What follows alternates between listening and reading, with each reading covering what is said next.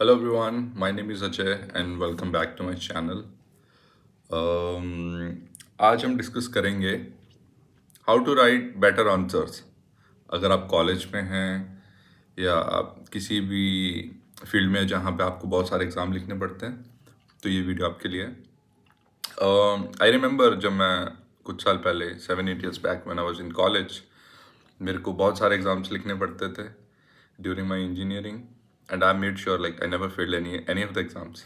Okay, so आज हम strategy की बात करेंगे, कुछ चीज़ें जो आप फोकस कर सकते हैं। Okay, let's start with it.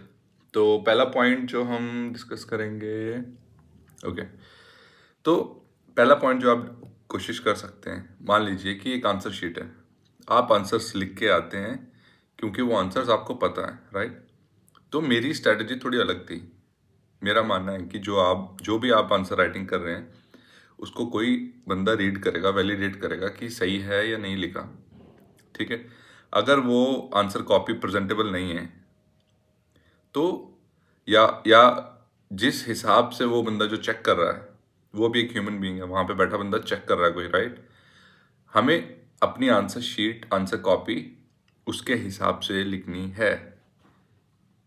ये बहुत ही इंपॉर्टेंट पॉइंट है समझना कि आप आंसर्स लिख के आते हैं जो आपको पता है, और हमें आंसर वो लिख के आने हैं जिसने वो चेक करना है, उसके हिसाब से लिख के आना है। अब इसके लिए क्या करेंगे, मान लीजिए आपकी आंसर शीट 32 पेजेस की है, तो उन्होंने मेक श्योर किया है कि आपके आंसर्स 32 शीट्स के अंदर आ जाएंगे, ठीक है।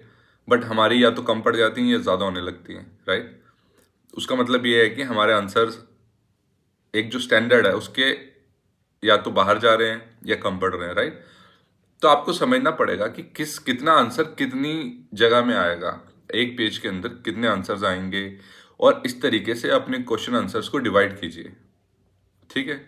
अब दूसरी बात, एग्जाम जब आप देने जा रहे हो तो हम समझ रहे हैं कि आपने पूरे साल पढ़ाई की है, और this is the only time when you will have to write whatever you know about the subject, correct.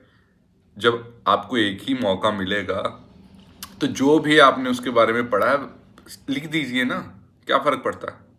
अगर आपको उसके बारे में लगता है कम आता है, फिर भी आप कुछ बना के लिख दीजिए। तो हमारे इंजीनियरिंग में एक चीज़ बोलते थे कि अ, अगर आपसे बकरी के बारे में पूछा जाए तो आप बकरी को पेड़ से बांधिए और पेड़ के बारे में लिख दीजिए थोड़ा थोड़ा, बट मेक श्योर कीजिए कि आपका आंसर उतना ही हो जितना एक स्टैंडर्ड आंसर होना चाहिए। और बहुत सारी चीज़ें करते हैं, मैं जो यूज़ करता था, सेकंड चीज़ें जो मैं बताऊंगा कि आप उसे अच्छे से आउटलाइन कीजिए, अच्छे से आउटलाइन कीजिए, उसको बहुत ही पॉलिश तरीके से प्रेजेंट कीजिए कि जब एक आंसर कॉपी कोई चेक करने आए तो वो देखे कि okay, 3 numbers question clearly mention, answers और रिटन प्रॉपरली, और जो भी डायग्राम चाहिए उतनी ही जगह में, उतनी ही स्पेस में अच्छे क्लियरली आप मेंशन कीजिए, ठीक है। ये सब चीज़ें हो गई। उसके बाद उसके बाद आपको क्या करना है, आप प्रॉपरली हाईलाइट कीजिए, ठीक है। Make it easier for the person who has to check it, okay. हमें उसके लिए इजी बनाना जो चेक करने आ रहा है, उसे पता ही है एक टॉपर की कॉपी अलग कैसे है, ठीक है। उसे देख के ही पता लग जाएगा कि ये बंदा टॉपर है, ये बंदा एक अच्छा पढ़ने वाला बच्चा है, इसकी कॉपी देख के ही हाथ में पकड़ते ही दिख जाएगा। अब वो कैसे, अब किसी के 100 में से 99 आ रहे हैं तो वो ऐसे नहीं आ रहे, ठीक है।